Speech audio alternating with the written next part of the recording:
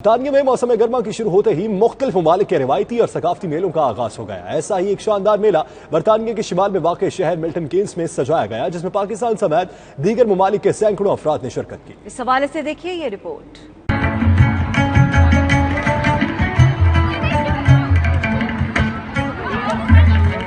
موسم گرما کی آغاز کے ساتھ ہی برطانیہ مختلف ممالک کے ثقافتی رنگوں میں ڈھل جاتا ہے۔ برطانیہ میں مقیم مختلف ممالک سے تعلق رکھنے والے تارکین وطن کی اپنے اپنے ممالک کے مطابق ثقافتی سرگرمیوں کا آغاز میلوں اور فن فیئرز کی شکل میں ہوتا ہے۔